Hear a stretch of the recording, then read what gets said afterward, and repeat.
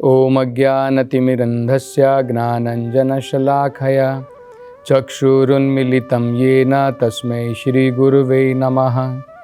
नमो ॐ विष्णुपादाय कृष्णप्रेष्ठाय भूतले श्रीमते भक्तिवेदान्तस्वामिन् इति नामिने। नमस्ते सरस्वते देवे गौरवाणी प्रचारिणे निर्विशेषा शून्यवादी पाश्चात्यदेशतारिणे। जय श्री कृष्ण चैतन्य प्रभु नित्यानंद श्री अद्वैत गदाधर श्रीवासदि गौर भक्तवृंद। हरे कृष्णा कृष्ण कृष्णा हरे हरे, हरे राम राम राम हरे हरे। हरे कृष्ण। तो श्रीमती राधा रानी के बारे में हमने पिछली 2 कथाओं में संक्षिप्त में वर्णन किया, उसकी चर्चा की कि श्रीमती राधा रानी कौन है। तो अब तक तो हमें थोड़ा एक आइडिया आया होगा, एक विचार हमें आया होगा कि श्रीमती राधा रानी इस भौतिक संसार की स्त्री नहीं है, वो भगवान की अंतरंगा शक्ति हैं और उनके आश्रय में आने से हमें भगवान का आश्रय प्राप्त होगा। एक बड़ा सुंदर विषय हम इस संदर्भ में समझने का प्रयास करेंगे। देखिए, इस भौतिक संसार में हमने बहुत सारे उदाहरण देखे हैं।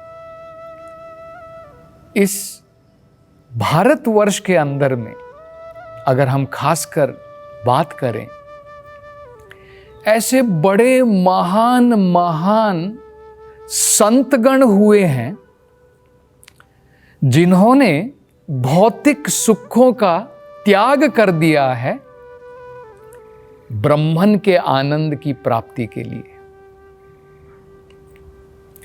जैसे अगर हम उदाहरण के तौर पर महाराज परीक्षित के बारे में भी विचार करें और सोचें।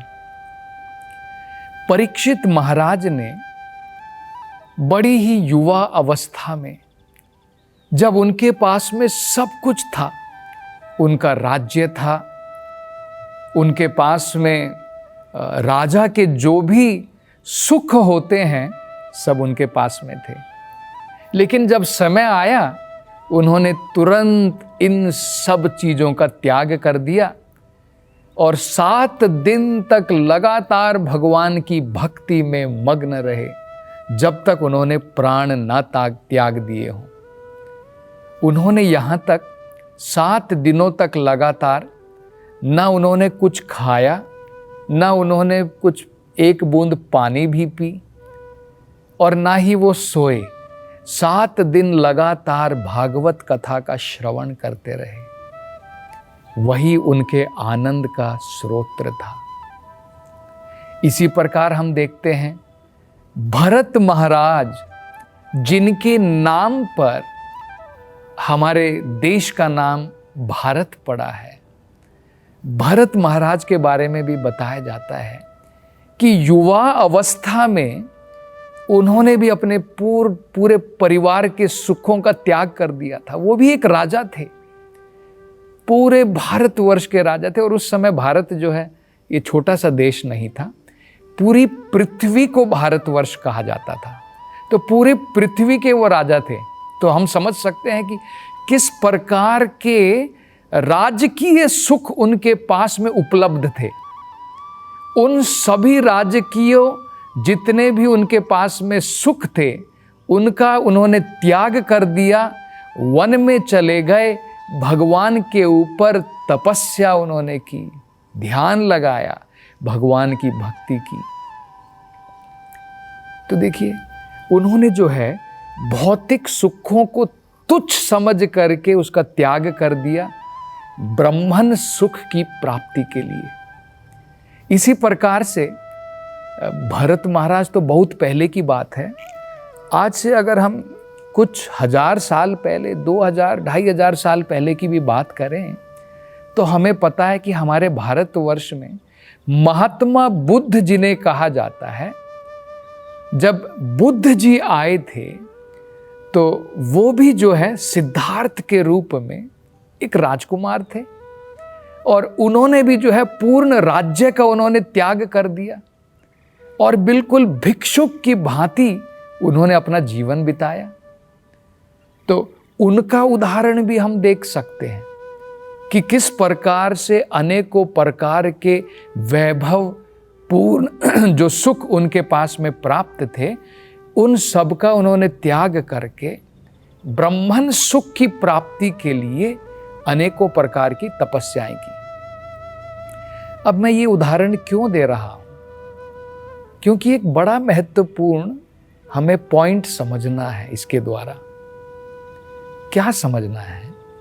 अगर भगवान की प्राप्ति के लिए, उस ब्रह्मन परम ब्रह्मन की सुख की प्राप्ति के लिए, उस आध्यात्मिक सुख की प्राप्ति के लिए इन बड़े बड़े महाराजाओं ने, इन राजाओं ने अनेकों प्रकार के राजकीय वैभव के सुखों का त्याग कर दिया, जिसमें आप देख सकते हैं ये राजा थे, उनके पास में रानियां थी, दासियां थी, अनेकों प्रकार के राजाओं के सुख थे। उन सब का उन्होंने त्याग कर दिया ब्रह्मन सुख की प्राप्ति के लिए। तो जरा आप विचार लगाइए, जब लोग सोचते हैं भगवान कृष्ण जो परम ब्रह्मन है, क्या वो ऑर्डिनरी सुख भोगने के लिए रास रचाएंगे राधा रानी के साथ में? अगर आम सुखों का बड़े पैमाने पर, इतने बड़े बड़े जिनके पास में सुख थे, स्त्रियों के सुख थे जिनके पास में, जो राजकुमार थे, जो राजा थे, क्या उनके पास में स्त्री सुखों की कमी थी? उन्होंने इन सब का त्याग करके भगवान की प्राप्ति के लिए, आध्यात्मिक सुख के लिए इन सभी सुखों का त्याग कर दिया, और वो भगवान क्या इस सुख को भोगने के लिए रास रचाएंगे? तो कई बार लोग सोचते हैं ना कि भगवान कृष्ण जो है हमारी तरह, जैसे हम जो है एक पुरुष स्त्री की तरफ आकर्षित होता है, तो भगवान भी जो है गोपियों की तरफ, भगवान राधा रानी की तरफ आकर्षित उस प्रकार से हुए, और भगवान ने अपना रास रचाया, रास नृत्य इसलिए किया। तो जरा सोचिए, इसका हम जो है लॉजिकली भी जो है उसको समझने का प्रयत्न कर सकते हैं कि भगवान की प्राप्ति तभी होती है जब हम स्त्री सुख, परिवार सुख, राज्य सुख, इन सभी सुखों का त्याग कर देते हैं, तब जाकर के भगवान के सुख की प्राप्ति होती है। और वो भगवान इस प्रकार के तुच्छ सुख को भोगने के लिए पृथ्वी पर आएंगे। जरा सोचिए, कितने मूर्ख लोग हैं जो ऐसा सोचते हैं कि भगवान गोपियों के साथ में जो रास रचा रहे हैं, राधा रानी के साथ में जो रास रचा रहे हैं, वो कोई आम स्त्री पुरुष का प्रेम है। भगवान आम स्त्रियों की तरह उनको भोग रहे हैं। तो ये हमें समझना है। इसलिए भगवान कहते हैं बड़ा मुश्किल है भगवान की लीलाओं को समझना। तो राधा रानी को समझने से पहले भगवान कृष्ण को समझना है। भगवान कृष्ण का स्थान क्या है, श्रीमती राधा रानी कौन है, तब हम राधा कृष्ण प्रेम को समझ सकते हैं। पहले कृष्ण कौन है समझ लीजिए। कृष्ण कोई आम पुरुष नहीं है, वो पुरुषोत्तम है, सभी पुरुषों में उत्तम है। श्रीमती राधा रानी कौन है? वो भगवान की ही स्वयं की अंतरंगा शक्ति है, वो कोई बाहर की नहीं है, भगवान की ही अंतरंगा शक्ति है। जो उनका कार्य क्या है? हल्लादिनी शक्ति है, भगवान को सुख प्रदान करने का कार्य है। तो श्रीमती राधा रानी अपनी प्रेम भक्ति के द्वारा भगवान को सुख प्रदान कर रही है। और वो जो भगवान का जो भगवत प्रेम होता है, इस भौतिक संसार का जो प्रेम है, ये केवल उसकी नकल मात्र है, उसकी नकल मात्र है। ओरिजिनल जो राधा रानी का भगवान कृष्ण के प्रति प्रेम है, उसके अंदर में लेन देन नहीं है, उसके अंदर में भाई मैं तुम्हारी संतुष्टि करूँगा, तुम मेरी संतुष्टि करो, इस प्रकार का प्रेम नहीं है। भौतिक संसार में जो प्रेम होता है वो लेन देन का प्रेम होता है। आज मुझे सुख मिल रहा है तो मैं तुम्हें प्रेम करता हूँ, आज कल मुझे तुम्हारे द्वारा सुख की प्राप्ति नहीं होगी तो भाई तुम जाओ, तुम मेरे सबसे बड़े दुश्मन बन जाते हो। तो ये भौतिक संसार का प्रेम है। लेकिन आध्यात्मिक संसार में भगवान के भक्त जो हैं अनेकों प्रकार के संबंधों के द्वारा भगवान को जो है भगवान को प्रसन्न करने के लिए, भगवान को आनंद प्रदान करने के लिए अपनी तरफ से भगवान के साथ में संबंध बनाते हैं। जैसे उदाहरण के तौर पर हम देख सकते हैं, इस संसार के अंदर में भी हम जो हैं परिवार बसाते हैं, हमारे माता पिता हैं, उनके द्वारा हमें एक प्रकार का संबंध है, हमारे भाई बहन हैं, हमारे दोस्त हैं, उनके साथ में एक अलग प्रकार का संबंध है। हम जब अपने ऑफिस में होते हैं बॉस की तरह हैं, और हमारे जो सर्वेंट होते हैं, नौकर चाकर होते हैं, उनके साथ में अलग प्रकार का संबंध है। और इसी प्रकार से हम भौतिक संसार में किसी से प्रेम करते हैं, पुरुष स्त्री से प्रेम करता है, वो संबंध अलग प्रकार का, पति पत्नी से प्रेम करता है। इसी प्रकार से ओरिजिनली भी भगवान को 5 रसों के द्वारा भगवान के भक्त जो है अनेकों प्रकार के रसों से भगवान के द्वारा जुड़े हैं। अब हम जब अपनी कार चलाते हैं, मोटरसाइकिल चलाते हैं, मोबाइल देखते हैं, वो भी एक प्रकार का रस है। तो इस प्रकार के 5 रस होते हैं जिसके द्वारा हम जो है भगवान को आनंद प्रदान करते हैं और फल स्वरूप हमें आनंद की प्राप्ति होती है। अब एक एक करके हम देखेंगे। पहले रस को कहते हैं शांत रस। शांत रस में क्या होता है, जैसे मान लीजिए आप जो है किसी व्यक्ति को आप उसकी जो है बड़ाई करते हैं, गुणगान करते हैं, अरे वाह हमारे प्रधानमंत्री जी जो हैं बहुत श्रेष्ठ व्यक्ति हैं, हमारे प्रधानमंत्री इस प्रकार के कार्य करते हैं, इस प्रकार के करते हैं, आप गुणगान करते हैं। लेकिन प्रधानमंत्री से अभी आपकी कोई रिलेशन नहीं बनी है, लेकिन एक प्रकार से आप जो है उनके एडमायरर हैं, आप जो है हाँ भाई ये बड़ा अच्छा काम कर रहे हैं। ये भी एक प्रकार का रस है, इसे शांत रस कहते हैं। इसी प्रकार से जो व्यक्ति, जो भक्त लोग भगवान की स्तुति से जुड़े हैं, भगवान से प्रार्थना करते हैं, लेकिन अभी तक भगवान के साथ में डायरेक्ट उनका कोई संबंध नहीं है, उन्हें कहा जाता है वो भगवान से शांत रस में जुड़े हुए हैं। दूसरा आता है दास्य रस। ये रस क्या होता है?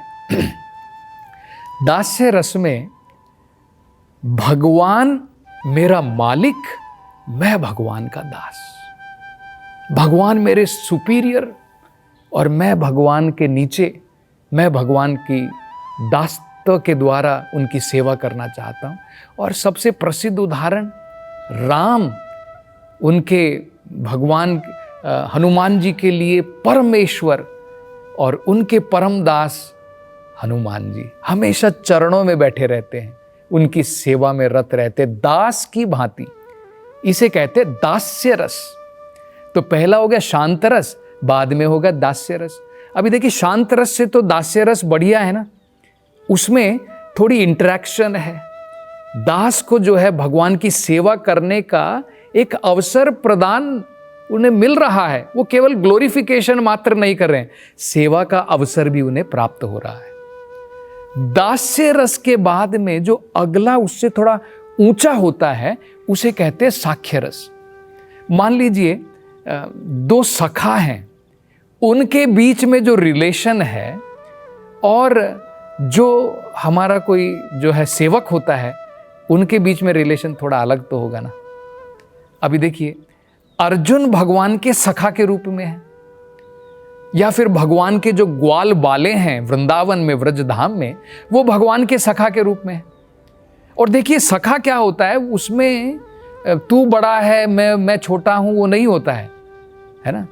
चाहे वो बड़ा क्यों ना हो, सखा के रूप में सब बराबर। तो आपने देखा है कृष्ण स्वयं आदि पुरुष भगवान हैं, लेकिन भगवान के जो सखा हैं भगवान के कंधे के ऊपर चढ़ करके बैठ जाते हैं। अर्जुन भगवान के साथ में भोजन खा रहे हैं, सेवक भगवान के साथ में भोजन नहीं खाएगा। हनुमान जी जो हैं वो भगवान को अपने ऊपर सर के ऊपर लाएंगे, वो भगवान के ऊपर नहीं चढ़ सकते हैं, वो सेवक के रूप में सेवा कर रहे हैं। लेकिन भगवान के जो व्रज धाम के अंदर में जो ग्वाल बाले हैं वो भगवान के सखा के रूप में सेवा कर रहे हैं, उनका रस अलग है भगवान के साथ में। अगला रस आता है वात्सल्य रस। तो सखा के रूप में भगवान और भगवान के भक्त जो है एक बराबरी की तरह रहते हैं। सखा का मतलब ही वो होता है। वात्सल्य का मतलब होता है भगवान सबॉर्डिनेट हो जाता है। भगवान अपने भक्त के घर में पुत्र के रूप में जन्म ले करके अपने भक्तों को अपने माता पिता के रूप में स्वीकार करते हैं। जैसे यशोदा माई और नंद महाराज और कृष्ण के बीच में वात्सल्य का रस है, और उसमें यशोदा माई छड़ी लेकर के भाग रही है कृष्ण के पीछे, ये वात्सल्य का रस है और गूढ़ होता है। इसी प्रकार से होता है माधुर्य रस। तो श्रीमती राधा रानी जो है सबसे हाईएस्ट रस, जिसे माधुर्य रस कहते हैं, उस रस में भगवान के साथ में जुड़ी है। तो इसके बारे में चर्चा हम और अगली कथा में करेंगे। हरे कृष्णा।